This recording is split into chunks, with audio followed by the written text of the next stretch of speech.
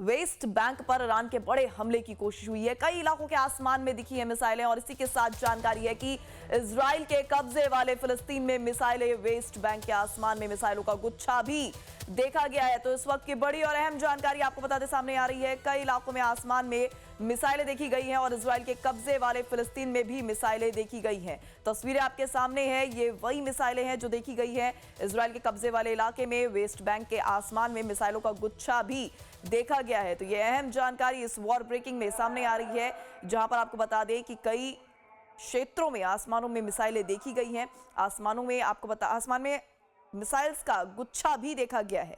जानकारी है कि वेस्ट बैंक पर ईरान की बड़ी हमले की कोशिश यहां पर की गई है। कई इलाकों में आसमान में मिसाइलें देखी गई हैं और सिर्फ इतना ही नहीं, जानकारी के लिए आपको यह भी बता दें कि बल्कि कई इलाकों में खासतौर पर इजराइल के कब्जे वाले फिलिस्तीन में मिसाइलें देखी गई हैं, जिसकी तस्वीर भी सामने आ रही है। तस्वीरों में आप देख सकते हैं किस तरीके से यहां पर मिसाइलें देखी गई हैं, यानी कि दोनों ही तरफ से आग बराबर की है और देखा जा रहा है कि एक दूसरे पर प्रहार एक के बाद एक किया जा रहा है। वहीं एक और बड़ी अपडेट इस पूरे मामले पर आपको बता दें सामने आ रही है। ये बड़ी जानकारी, ईरान का इजराइल पर नया हमला, ईरान की वॉरहेड मिसाइलों ने तबाही मचा दी है। इस वक्त की बड़ी और अहम जानकारी सामने आ रही है। ईरान का इजराइल पर यह नया हमला हुआ है। ईरान की वॉरहेड मिसाइलों ने तबाही मचा रखी है और देखा जा रहा है एक के बाद एक हमले ईरान की ओर से किए जा रहे हैं। कई क्षेत्रों को निशाना बनाया जा रहा है और अब तक वॉरहेड मिसाइल्स ने कई जगहों को निशाना भी बनाया है। तो इस वक्त की बड़ी और अहम जानकारी फिलहाल सामने आ रही है, जहां पर देखा जा रहा है ईरान का इजराइल पर यह नया हमला हुआ है। हालांकि इसके बाद भी बैक टू बैक हमले किए जा रहे हैं, लेकिन वॉरहेड मिसाइल ने इस बार जानकारी है कि भारी तबाही मचाई है इजराइल में। तो वहीं इसी पर चर्चा के लिए हमारे साथ जुड़ रही हैं हमारी खास मेहमान पूर्णिमा नाथ, जो कि विदेशी मामलों की जानकार हैं। पूर्णिमा जी, सबसे पहले तो आपका बहुत बहुत स्वागत है लाइव टाइम्स में। पूर्णिमा जी, लगातार 18वें दिन में युद्ध जो है प्रवेश कर चुका है। हर दिन हम आपसे बात कर रहे हैं, इस पर लगातार चर्चा कर रहे हैं। निष्कर्ष की यहाँ पर बात होती नजर आ रही कि आखिर किस तरह का निष्कर्ष निकल सकता है इस युद्ध को रोकने के लिए, क्योंकि हर तरफ ही हाहाकार मचा हुआ है। ऐसे में देखा जा रहा है कि ईरान की वॉरहेड मिसाइल ने भी भारी तबाही मचा रखी है। क्या लगता है कब जाकर रुकेगा Iran? Thank you so much for having me. नमस्ते, जय हिंद। ये क्वेश्चन मेरे ख्याल से सब पूछ रहे हैं। अनफॉर्चुनेटली प्रेसिडेंट ट्रम्प ने जो ये शुरू किया है, अमेरिका ने जो ये शुरू किया तबाही, उनका कोई एंड गेम दिख नहीं रहा है। इन इन द जी। सेंस दैट उनका एंड गेम है, लेकिन हमें बता नहीं रहा है क्या है। Constantly, consistently every single day उनका नैरेटिव चेंज होती है। कभी जी। ईरानियन मिसाइल की प्रोग्राम उनको ख़त्म करना है, कभी उनका ड्रोन प्रोग्राम ख़त्म करना है, कभी उनका न्यूक्लियर वेपन प्रोग्राम ख़त्म करना है, कभी उनका मुल्ला रजीम को ख़त्म कराना है, कभी उनको freedom for the Iranian people है, कभी हरमूज को ओपन रखना is the goal. It's just constant every single day. The या। Idea is to actually confuse everybody. अभी हमारा अगर हम्म। ग्लोबल न्यूज़ साइकिल अगर देखेंगे, इट इज़ जी। Less than 24 hours. आज सवेरे अपने क्या बोलेंगे और शाम को क्या बोलेंगे, there is a massive difference. अब सवेरे का और शाम का अगर न्यूज़ क्लिप भी अगर आपने देखना है, चेंज करना है, और एनालाइज करना है, आपको पता चलेगा कि क्या चल रहा है दुनिया में। लिटरली कॉन्स्टेंटली लोगों को भड़काया जा रहा है, लोगों को कंफ्यूज करा जा रहा है। The agenda itself is to confuse you. तो कंफ्यूज करने का मतलब क्या बनता है? At the end of the day उनको पता है कि ये तबाही मच रहा है और हम्म। गोल तबाही मचाने की ही थी, इसीलिए ये हम्म। हुआ है। तो ये हमें स्पष्ट करके समझ जाना चाहिए। बिल्कुल। सेकेंडली, आपने पूछा है कब बंद होगा। हम्म। ईरान को वेनेजुएला समझ के वेनेजुएला जैसा उनको ट्रीट करने के लिए तैयार ही थे। उनको हम्म। वेनेजुएला का मदुरो जैसा डल्सी रोड्रिगस जैसा एक ट्रेटर को सिर्फ ढूंढना था ईरान में, लेकिन मिला हम्म। नहीं अभी तक। अनफॉर्चुनेटली अमेरिका के लिए, वेस्ट के लिए ईरान एक थॉर्न इन द बैक बन चुका है। और आज जो सिचुएशन है, ईरान बैक डाउन नहीं करेंगे। आज जो सिचुएशन है, वो मरने के लिए तैयार है, फाइट करेंगे, ये बिल्कुल। खत्म हो जाएंगी। लेकिन जी। अपना जो स्टैंड है, अपना जो सेल्फ रिस्पेक्ट है, अपना जो डिग्निटी है, जिसके लिए वो फाइट कर रहे हैं, वो सही है, गलत है, वो उसके बारे में बात करेंगे कभी और। लेकिन अपना जो स्टैंड है, उसको बचाए रखने के लिए वो मरने के लिए तैयार है। ऐसे कौम के सामने जाके प्रेसिडेंट ट्रंप ने जाके क्या छेड़ दिया, उनको खुद ही समझ में नहीं आया। लेकिन आप जाके आज जाके वो लिटरली चाइना हो, यूके हो, फ्रांस हो, सबके सामने जाके बेग कर रहे, लिटरली आप आके उसको खुला रखें। क्यों? हरमुज़ पहले खुला नहीं था, तुम अटैक करने से पहले। सोचा नहीं था कि वो हरमुज़ बंद कर सकता है, और बंद करेगा तो हुँ, दुनिया में क्या क्या क्या हाहाकार मचेगी। हाहाकार में प्रेसिडेंट ट्रंप को पैसा बनता है, अमेरिका को पैसा बनता है। At the end of the जी। डे पैसा बनेगा, प्रॉफिट बनेगा, तभी तो अमेरिका का डोमिनेंस रहेगा। ईरान को ख़त्म करेंगे, मिडल ईस्ट को ख़त्म करेंगे, वहाँ से जो तेल जाती है एशिया में, वो उसको भी कंट्रोल में लाएँगे, तो जी। फ़ायदा किसका है?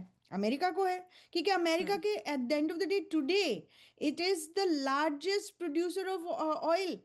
तो अगर आपके पास इतने ऑयल है और आप निकाल भी सकते हो, और आप रिच हो, आपके पास रिजर्व भी है, तो आप हुँ, दूसरों का ऑयल क्यों छीनना चाह रहे हो? At the end of the day हुँ। That is what he is trying to do, and हम इसके बारे में बात नहीं कर रहे।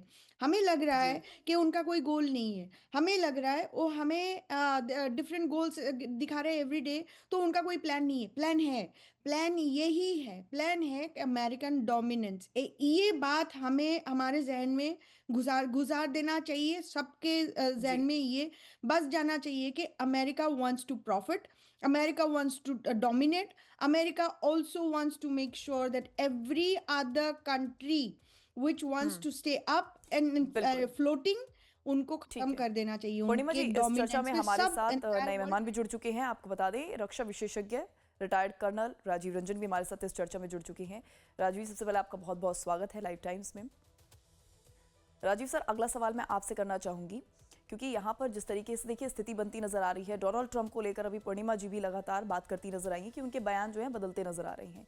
ऐसे में भी कुछ दिन पहले उन्होंने कई देशों से आह्वान भी किया था कि वो भी इस युद्ध में अमेरिका का सपोर्ट करें, उनकी मदद करें। लेकिन अभी एक बड़ी अपडेट सामने आई है कि ब्रिटेन, ग्रीस और जर्मनी ने इस युद्ध में शामिल होने से सीधे इनकार कर दिया है। क्या लगता है, इसका इम्पैक्ट इस युद्ध पर कोई पड़ेगा, या फिर अमेरिका का, यूं कहें कि डोनाल्ड ट्रंप का फिर अगला मूव क्या होगा? अ, देखिए, मैं अभी काफी एक हालात के हिसाब से अपने इंडिपेंडेंट विचार रखूंगा, जी। और किसी का कोई ना यूएस प्रो ना ईरान प्रो। जो हम्म। आज की स्थिति है, इसमें डे वन से मैं बोल रहा हूं, जो यूएस कहीं ना कहीं इस वार में फंस गया है और आज हम्म। के दिन में निकलने की कोशिश कर रहा है, हर तरीके अपना रहा है, गुहार लगा रहा है पूरे नाटो देश से, जापान से, बाकी देशों से, गल्फ कंट्रीज से, जो इस युद्ध में शामिल होने के लिए उसमें आके अपने सैनिक से लेके अपने युद्धपोत और बाकी चीज भेजने के लिए। लेकिन कोई भी अभी सहमति नहीं दे रहा है, ना कोई डायरेक्टली शामिल होना चाहता।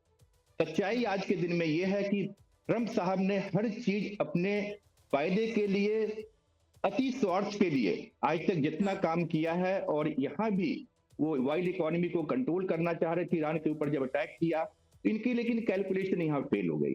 जब उन्होंने शुरू में फर्स्ट प्रीएम्प्टिव स्ट्राइक स्ट्राइक किसने किया है? यूएस ने पहला स्ट्राइक किया है, उनके लीडरों को मार दिया है। आप कौन सी इंटरनेशनल कानून के अंदर उनके ऊपर स्ट्राइक करके उनके जितने टॉप लीडर्स हैं, सुप्रीम कमांडर्स हैं, लीडर्स हैं, उनको आपने एक स्ट्राइक में ले लिया है? तो आपने सोचा जो मैं एक स्ट्राइक में सबको खत्म करके, और कहीं न कहीं उसके बाद वहां पर पूरी क्योस हो जाएगी, तो वो तुरंत एक दो दिन में घुटने पर आ जाएंगे। बहुत हमारे विशेषज्ञ ने भी कहा यूएस बहुत पावरफुल है, एक दो दिन की बात है, ईरान उसके सामने कहीं नहीं टिकता है। लेकिन जो आज की हालात है वो उल्टा हो गया है, यूएस बैक फुट पर है, निकलने की कोशिश कर रहा, और ईरान कहीं ना कहीं हावी होता जा रहा है। आज यूएस है पूरे विश्व में अपनी विश्वसनीयता खो दिया है, अपनी साख इसकी जो है काफी गिर गई है, और लोगों को यूएस का डर भी खत्म हो गया। आज तक यूएस ने क्या किया सेकेंड वर्ल्ड वॉर के बाद? सबसे पहले न्यूक्लियर वेपन का इस्तेमाल किसने किया? यूएस ने किया।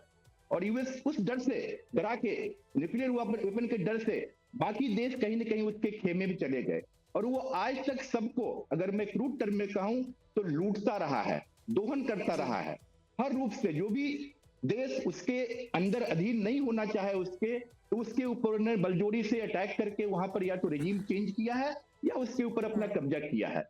इसने इतने सालों में 80 रेजिम, जैसे पूर्णिमा जी ने कहा, 80 रेजिम, 80 बार सत्ता दूसरे देशों में इसने परिवर्तन किया है।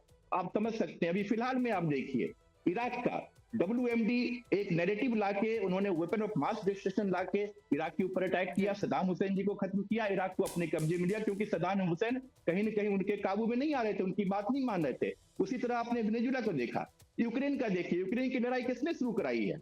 ये पूरा यूएस का ही एक जो है आगे बढ़ा के यूक्रेन को लड़ा दिया, जो हम रसिया को फंसा दें, रसिया को कमजोर कर दे। लेकिन ऐसा जो आज तक चल रहा है, रसिया को काफी नुकसान हुआ है। वही हालत आज ईरान की हो गई है। कहीं ना कहीं रसिया पीछे से सपोर्ट कर रहा है और ईरान को आगे है, और यूएस को काफी नुकसान करता जा रहा है। आज यूएस को निकलना मुश्किल हो रहा है। Gulf of state of Hormuz को भी आप क्या सोचते हैं, कल अगर यूएस कंट्रोल कर लेती है तो फिर क्या हुआ? वर्ल्ड इकोनॉमी के ऊपर कंट्रोल करेगी, वो पूरे विश्व को तेल जो है अपने हिसाब से देगा, लोगों को ब्लैकमेल करेगा। ये पूरे विश्व समझ गई है। आज पूरे विश्व में जो अमेरिका का डर ही खत्म नहीं हो गया, विश्वसनीयता खत्म हो गई है, कोई भी इसका साथ नहीं दे रहा है। आज ट्रंप साहब गुहार लगा रहे हैं सच्चे टर्म में, देखिए जिस तरह से उनका स्टेटमेंट आ रहा है, गुहार लगा रहे हैं, डरा रहे हैं देशों को जो आके जुड़ो, लेकिन कोई भी तैयार नहीं है। आगे इसका बहुत ही दूरगामी परिणाम होगा, जो मैं अगले आपको बताऊंगा क्या यूएस की हालात होगी। ये यूएस की जो मेक अमेरिका ग्रेट अगेन नहीं, कहीं ना कहीं ये अमेरिका का पतन की ओर इशारा कर रहा है। मुझे ऐसा अभी संभावना नजर आ रही है, जो यूएस गिरेगा तो उसको थामना मुश्किल हो जाएगा। आगे मैं और भी इसके ऊपर विश्लेषण करूंगा। बिल्कुल बिल्कुल। इतने मैं पूर्णिमा जी का रुख कर लेती हूँ। पूर्णिमा जी देखिए, लगातार यहाँ पर अमेरिका को लेकर, उसके भविष्य पर भी यहाँ पर बात उठती नजर आ रही है, क्योंकि जिस तरह की एक इमेज पूरे वर्ल्ड में अमेरिका की बनी हुई है, और अब जो एक तरह से यहाँ पर ट्रंप का एक के बाद इस तरह के बयान देना, और ईरान का इस वॉर में एक्सपेक्टेशन से ज्यादा यहाँ पर जिस तरीके से घातक हमले, प्रहार जो है ईरान की ओर से किए जा रहे हैं, क्या लगता है वैश्विक स्तर पर इसका किस तरह से प्रभाव पड़ रहा है? वैष्णव जी, आपको एक बात बताऊं यहाँ पे, ये जो आपने बताया कि अमेरिका का इमेज के ऊपर बात हो रही है, अमेरिका को घंटा फर्क पड़ता है। वाइट क्रिश्चियन नेशनलिस्ट जो है, whether it is Democrat party और रिपब्लिकन पार्टी, आपको क्या लगता है वो बैठ के आपको सोच रहे हैं कि आप इंडिया क्या सोच रहे हैं हमारे इनके बारे में, या चाइना क्या सोच रहा है इनके बारे में, या रशिया क्या सोच रहा है इनके बारे में? They don't give a dam, they don't care, because America is, इनकी जो इंस्टीट्यूशन बनी हुई है, जो ग्लोबल इंस्टीट्यूशन बनी हुई है, अमेरिका टॉप में बैठे हुए हैं, अमेरिका लेड इंस्टीट्यूशंस है, IMF, वर्ल्ड बैंक, आप नेटो। पूर्णिमा जी, इस पर आपकी प्रतिक्रिया बिल्कुल विस्तार से जानेंगे, लेकिन दर्शकों को यहाँ पे पहले बड़ी खबर से रूबरू करवा देते हैं, उसके बाद लौटूंगी आपके पास। तो इस वक्त की बड़ी जानकारी, इजराइल का ईरान पर हमला हुआ है, IRGC कमांड सेंटर पर यह अटैक हुआ है। हमले में कमांडर सेंटर को नुकसान पहुंचने की जानकारी सामने आ रही है और तबाही की तस्वीर भी सामने आई है। इस वक्त की बड़ी और अहम जानकारी, IRGC कमांड सेंटर पर अटैक हुआ है, और इसी के साथ जानकारी है कि हमले में कमांड सेंटर को काफी बुरे तरीके से नुकसान पहुंचा है। तबाही की तस्वीरें भी सामने आई है, तस्वीरें आपके सामने रखेंगे, लेकिन किस तरीके से यहाँ पर आपको बता दें, एक के बाद एक अटैक होते नजर आ रहे हैं।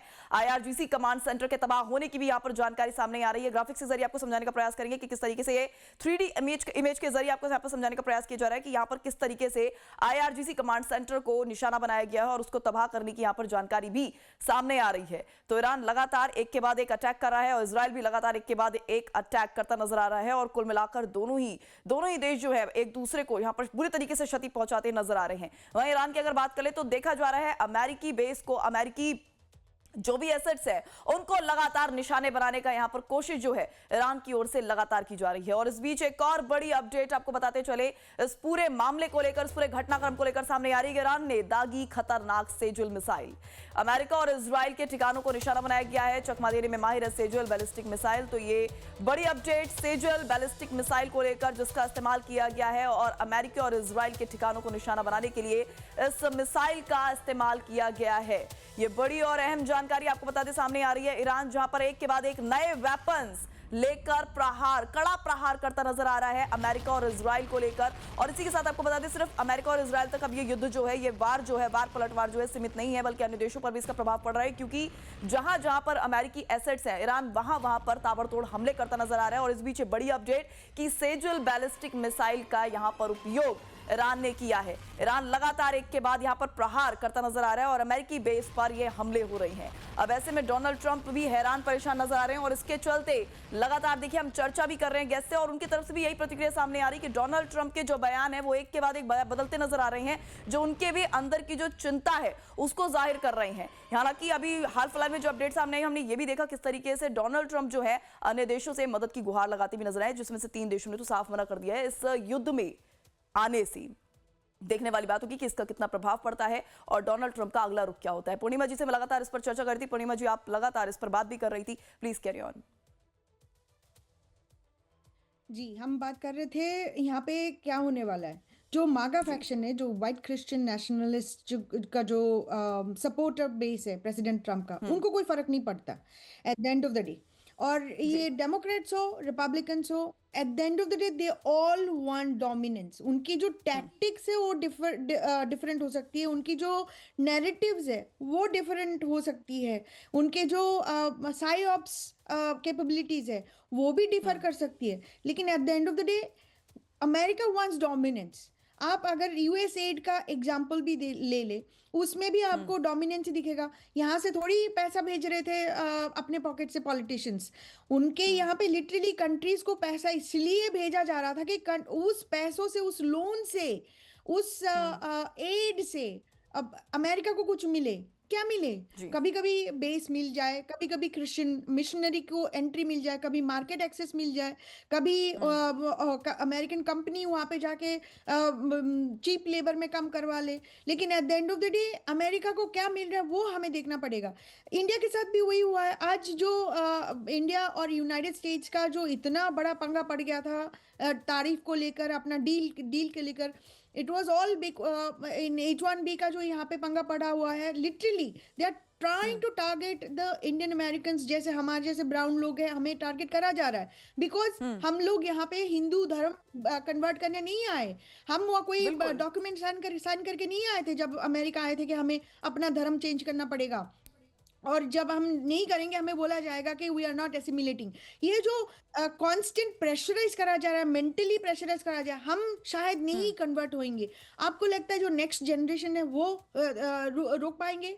वो तो पीयर प्रेशर में अपने आप को बचाने के लिए, शेम से बचने के लिए कन्वर्ट हो जाएंगे। तो this is exactly what they are trying to do at the end of the day. So जो एड जाती है अमेरिका से, जो लोन जाती है अमेरिका से, this is not a free cup of tea.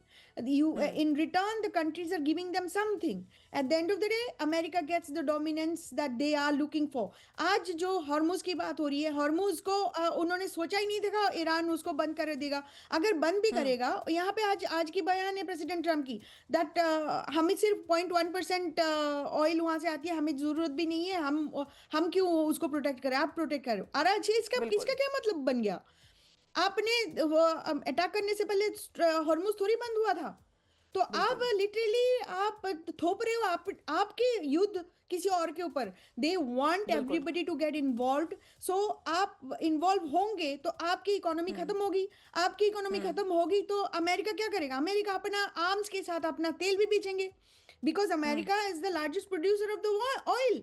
हमें किसी से नहीं लेना है। At the end of the day they want to sell this oil also. अब मार्केट मैनिपुलेशन भी होने वाला है, वो यूएस डॉलर मैनिपुलेशन होने वाला है। So this is all at the end of the day president Trump का जो एजेंडा है, it's sinister, it's dangerous, it's actually disgusting. अगर ह्यूमैनिटेरियन साइड से आप देखिए कि दिस इज डिस्गस्टिंग।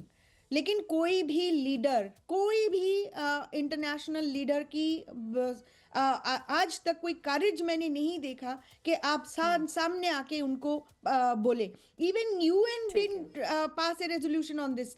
अब यूएन जो रेजोल्यूशन पास कर रहे थे वो ईरान के ऊपर पास कर रहे थे। भाई आपने जो पहले अटैक किया उनके ऊपर पास नहीं कर रहे थे कोई रेजोल्यूशन। ये क्या दोगलापन हमें दिखाई दे रहा है?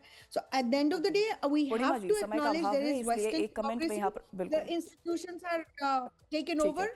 राजीव जी से मैं एक यहाँ पर रिएक्शन लेना चाहूंगी, कमेंट लेना चाहूंगी। देखिए सर, लगातार हम तस्वीरों के जरिए भी दिखाने का यहाँ पर प्रयास कर रहे हैं कि सेजल बैलिस्टिक मिसाइल का उपयोग ईरान ने किया है।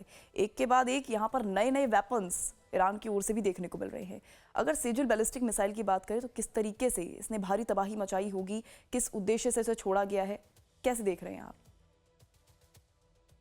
देखिए, जहां तक आज युद्ध की स्थिति है, तो आप देख रहे हैं जो दोनों तरफ से वार और पलटवार हो रहा है, कहीं जी। भी ईरान झुकने के लिए तैयार नहीं है।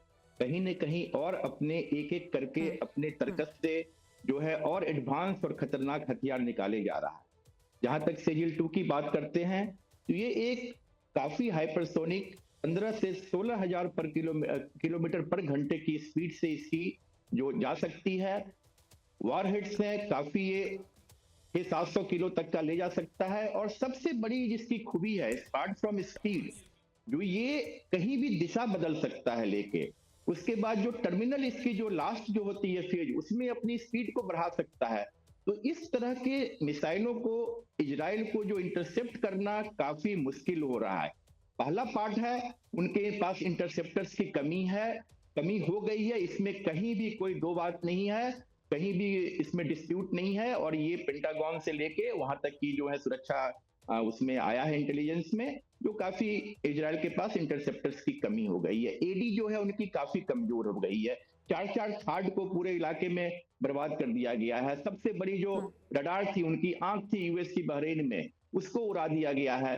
तो इस तरह से पूरे इलाके में एयर डिफेंस काफी कमजोर हुआ है। और ईरान अपने एक के बाद एक जो एडवांस तो कह रहा है हमारे पास अभी मिसाइलों की भंडार पड़ी हुई है, वो अपने टर्म्स डिक्टेट कर रहा है। वो कहीं ना कहीं जो है अभी ड्राइविंग सीट में नजर आ रहा है। कहता है अगर सीज फायर करना है तो ठीक है, हमारी सरकार को मान्यता देनी पड़ेगी, परमानेंट सीज फायर करना पड़ेगा, हमारे लॉसेज जो हुए हैं उसकी भरपाई करनी पड़ेगी, उसकी हर्जाना देनी पड़ेगी। वो कहीं भी कहता है मैं पीछे हटने के लिए तैयार नहीं हूं, हम 10 साल लड़ने के लिए तैयार है, हमारे पास इतना स्टॉक्स है, प्लस हमारे पास मैन्युफैक्चरिंग कैपेबिलिटी है। तो ये सब देखते हुए नजर आ रहा है जो ईरान झुकने के लिए तैयार नहीं है। और जिस तरह उसकी केवल बातों की बात नहीं, जिस तरह उसकी हरकतें हैं, जिस तरह उसकी पलटवार है, जिस तरह से वो डिस्ट्रक्शन कर रहा है, तो ये साफ नजर आ रहा है जो ईरान अभी नहीं झुकेगा और सरेंडर करने के लिए तैयार नहीं है। वो अपने टर्म्स पर सरेंडर करना चाहता है। वहां पर कहीं ना कहीं ट्रंप साहब को प्रॉब्लम हो रही है। अगर वो पीछे हटे, सीज फायर भी आज करें, तो दुनिया को क्या जवाब देंगे, अपने पब्लिक को क्या जवाब देंगे, जो आपने इस युद्ध में क्या हासिल किया, आपका क्या एम था और क्या आपने पाया। आपने इतना नुकसान झेला, नुकसान नहीं, पूरे विश्व में आपकी साख खराब हो गई है। हम पूर्णिमा जी की अगर आप 1 मिनट देते हैं, तो मैं पूर्णिमा जी की बातों से सहमत होते हुए, जो जरूर है, जो ट्रंप साहब की डिजाइन जो है सिनिस्टर है, जो उन्होंने जिस तरह से जल्दीबाजी की मागा के लिए जो हरकतें की, जो हम ग्रीनलैंड को कब्जा कर लेंगे, वेनेजुएला को कर लिया उन्होंने, बाकी नाटो से जो हम क्यों उसको सपोर्ट करें, यूक्रेन के साथ उन्होंने बार्गेन करने की कोशिश की, सौदा करने की कोशिश की, जो सीज फायर में हमें पूरे जो रेयर अर्थ मटेरियल ये मिनरल्स दे दो, वो उन्होंने जेलेंस्की साहब के साथ अपनी करने की कोशिश की, बार्गेन करने की कोशिश की, एक तरह से बिजनेस सौदा था। तो ये सब देखते हुए विश्व का कहीं ना कहीं पूरा उनके ऊपर विश्वास खत्म हो गया। आज वो गुहार लगा रहे हैं लेकिन कोई साथ आने के लिए तैयार नहीं है। तो ये आप देख रहे हैं आज की हालत ये है। बिल्कुल, हालत तो बिल्कुल देखी जा रही है, जिसकी वजह से अन्य देश भी जो है इसका खामियाजा भुगतते नजर आ रहे हैं।